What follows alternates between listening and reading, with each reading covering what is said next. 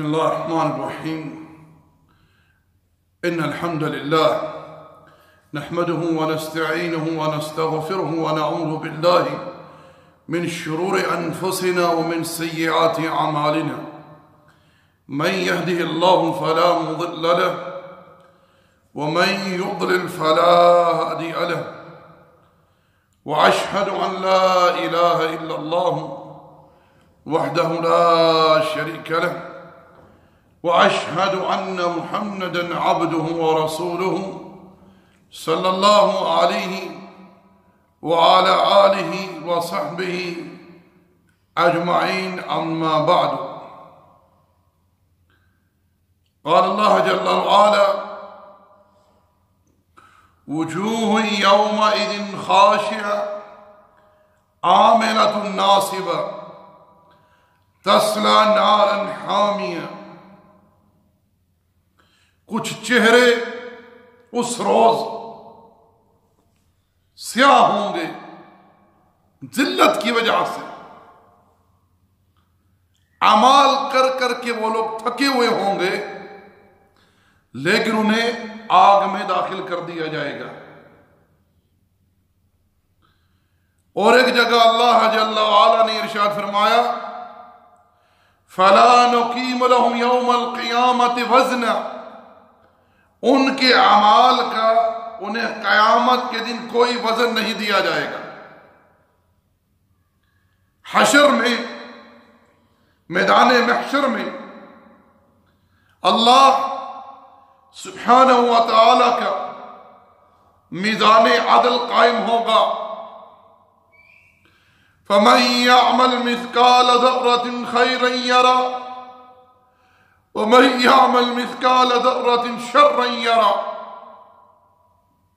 جو ذرہ برابر نیکی لے کر آئے گا اسے وہ دکھلا دی جائے گی، جو گناہ لے کر آئے گا اسے دکھلا دیا جائے گا۔ فَأَمَّا مَنْ ثَقُلَتْ مَوَازِينُهُ فَهُوَ فِي عِيشَةٍ رَاضِيَةٍ وَأَمَّا مَنْ خَفَّتْ مَوَازِينُهُ فَأُمُّهُ هَاوِيَةٌ وَمَا أَدْرَاكَ مَا هِيَ نَارٌ حَامِيَةٌ، جس کا میدان بھاری ہوا وہ تو عیش و عشرت میں ہوگا، اور جس کا میدان کم ہوا، نیکیاں کم ہو گئی، اسے ایک دہتی ہوئی آگ میں ڈالا جائے گا۔ اور تمہیں کیا پتا ہے کہ یہ ہاویہ کیا ہے؟ ایک عظیم، ایک دہتی ہوئی آگ ہے۔ اللہ تعالی ہر شے کو تولے گا۔ یاد رکھیں، عمل صالح میں، میدان الہی میں وہ عمل تولا جائے گا جس عمل میں دو شرطیں ہوئیں۔ دو شرطیں۔ پہلی شرط، عمل خالص مخلصاً اللہ جل وعلا کی خوشنودی کے لیے۔ دوسری شرط، وہ عمل جو اس شخص نے کیا ہوگا اس میں اللہ کے رسول کی اتباع ہو صلی اللہ علیہ وسلم۔ اللہ کے بندو، ذرا سوچو، غور کرو، تدبر سے کام لو، تأمل سے کام لو۔ رب ذوالجلال جو اس کائنات کا خالق ہے، مالک ہے، رازق ہے، مدبر ہے، جو اتنی عظمت و شان والا ہے، جو یہ کہتا ہے: انما امرہ اذا اراد شیئا ان یقول له کن فیکون، وہ جب کسی کام کا مجرد ارادہ کرتا ہے اسے کہتا ہے ہو جا، کن کہتا ہے وہ کام ہو جاتا ہے۔ وہ اپنے نبی کے متعلق ارشاد فرماتا ہے قل ان کنتم تحبون اللہ، کہہ دیجئے، یہاں خطاب رسول اللہ سے ہے لیکن مخاطب تمام انسان اور جنات ہیں۔ ان کنتم تحبون اللہ، جو بندہ اس بات کا دعوے دار ہے، کوئی ہو، اسے اللہ سے محبت ہے، فرمایا فاتبعونی، وہ میری محمد کی اتباع کرے۔ اور ایک جگہ قرآن کہتا ہے لَقَدْ كَانَ لَكُمْ فِي رَسُولِ اللَّهِ أُسْوَةٌ حَسَنَةٌ، ایک جگہ قرآن کہتا ہے وَمَا آتَاكُمْ رَسُولُ فَخُذُوهُ وَمَا نَهَاكُمْ عَنْهُ فَانْتَهُوا۔ یا ایھا الذین آمنوا اطیعوا اللہ واطیعوا الرسول، یا ایھا الذین آمنوا لا تقدموا بین یدی اللہ ورسولہ۔ میں پوچھنا چاہتا ہوں اے مسلمانوں، اے قرآن پر ایمان رکھنے والوں، اے محمد رسول اللہ صلی اللہ علیہ وسلم کی امتیوں، رب ذوالجلال کیوں فرما رہا ہے، کس لیے فرما رہا ہے، کن سے کہہ رہا ہے کہ میرے رسول کی اتباع کرو، میرے رسول کی فرما برداری کرو؟ یہ خطاب کن سے ہے؟ یا ایھا الذین آمنوا کون ہے؟ اے مسلمانوں، یہ تم ہو۔ اللہ اپنے رسول کی اتباع کی ترغیب اور حکم دے رہا ہے جل وعلا، پھر کیوں بارہا یہ کہتے ہو کہ ہم جو کر رہے ہیں اس میں کیا غلط ہے؟ یہ کہاں لکھا ہوا ہے منع ہے؟ اچھی بات ہے، نیکی کی بات ہے، اجر کی بات ہے، ثواب کی بات ہے۔ میں پوچھنا چاہتا ہوں وہ نبی صلی اللہ علیہ وسلم جس کو امت کی اتنی فکر تھی کہ بستر پر ہے، بے ہوشی کا عالم ہے، ہوش آتا ہے، پوچھتے ہیں لوگوں نے نماز پڑھ دی؟ بتلایا گیا آپ کا انتظار کر رہے ہیں، مروا ابا بکر یؤمن الناس، ابا بکر کو حکم دو لوگوں کی امامت کروائیں۔ وہ نبی اتنی حریص امت کے لیے جنہوں نے استنجا کرنے کی تعلیم تک امت کو دے دی ہے، وہ آج جو تم اعمال کر رہے ہو دین کے نام پر، ان اعمال کو بتلانے میں نعوذ باللہ خیانت کر گئے، جن کے متعلق رب یہ فرماتا ہے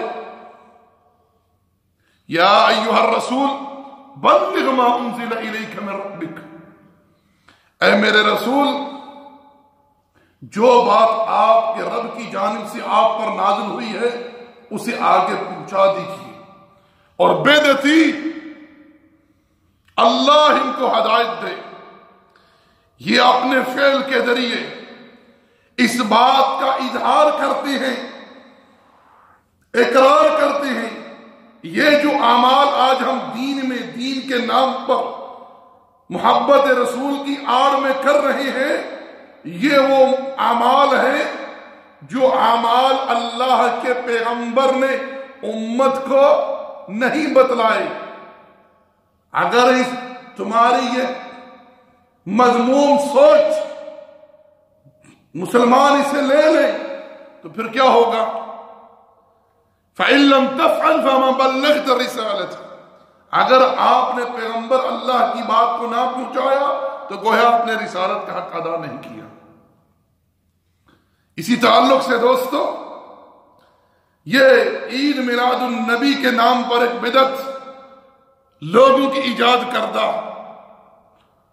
ان سے پوچھو کیا یہ سال، یہ مہینہ نبی صلی اللہ علیہ وسلم کی 63 سالہ زندگی میں کبھی نہ آیا؟ ابو بکر، عمر، عثمان، علی، دیگر صحابہ کا دور آیا؟ کبھی نہیں آیا۔ ہمارے ممالک میں اکثر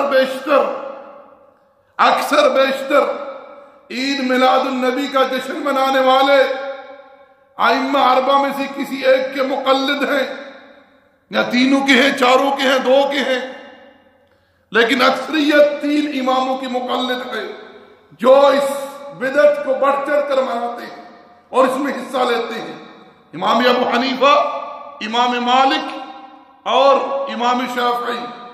میں ان سے پوچھنا چاہتا ہوں، جن ائمہ کی تم مقلد ہو ان ائمہ میں سے کسی کا قول پیش کر دو، کسی کا فعل پیش کر دو کہ انہوں نے اس بات کی تعلیم دی ہو، ورنہ یاد رکھو کل محشر کا میدان ہوگا، امام الانبیاء حوض کوثر پر ہوں گے، ایک گروہ آئے گا، ان کے وضو کے نشانات چمک رہے ہوں گے، لیکن جب وہ اللہ کے رسول کے پاس آئیں گے انہیں روک دیا جائے گا۔ اللہ کے پیغمبر فرمائیں گے یہ تو میرے امتی ہیں، ان کو آنے دیجئے۔ کہا جائے گا انک لا تدری محمد وحدہ بعدک، آپ نہیں جانتے اللہ کے رسول انہوں نے آپ کے بعد کس طرح نئے نئے کام دین میں ایجاد کیے، کہیں ان لوگوں میں شامل نہ ہو جانا، صلی اللہ علیہ وسلم۔ تو میرے بھائیو، میرے دوستو، اس نقطے کو سمجھو، جو چیز میرے نبی کی زندگی میں دین نہ تھی وہ آج دین نہیں بن سکتی، چاہے تم اس چیز کو جو نام دے لو، جیسے مرضی کر لو، لیکن افسوس اس بات کا ہے کہ آج اے مسلمان کلمہ گو، جو دین اسلام کی توہین، اسلام کو بدنام کرنے کا ایک پورا نیٹ ورک انہوں نے اختیار کیا ہے، عید میلاد النبی کے جشن کی آڑ میں مرثیے پڑھے جا رہے ہیں، قوالیاں ہو رہی ہیں، شرکیہ کلمات پر مبنی نعتیں، بھنگڑے، دھمالے، میوزک، موسیقی کے آلات سر عام استعمال ہو رہی ہیں۔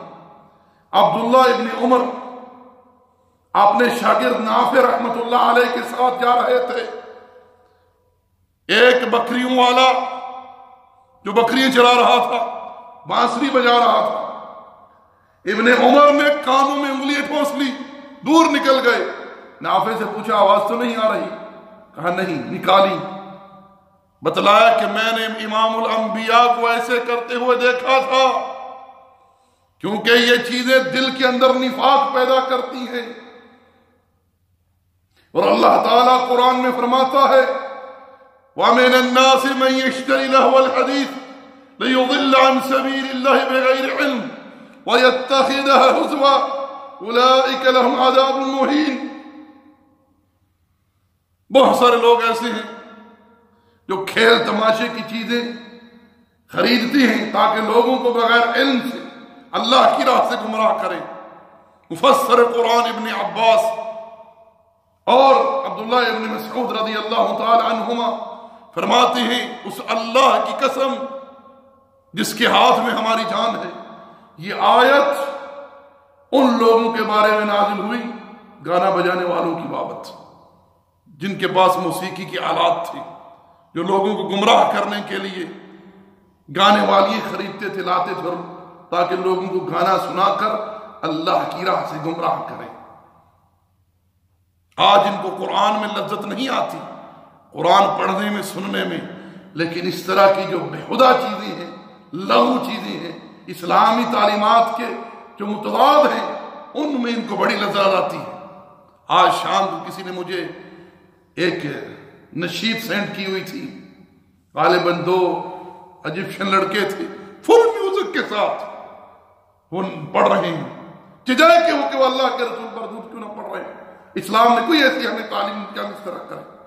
آپ ہر وقت ہر آن پیارے پیغمبر پر درود بھیجیے، لیکن درود بھیجنے کے لیے، آپ پر سلام پڑھنے کے لیے کوئی جگہ، کوئی دن، کوئی مہینہ، کوئی سال، کوئی وقت، اس کے تعین کے لیے پیغمبر علیہ السلام کی دلیل چاہیے، حکم چاہیے، قولا و فعلا و تقریرا، پھر اس پر عمل کیا جائے گا۔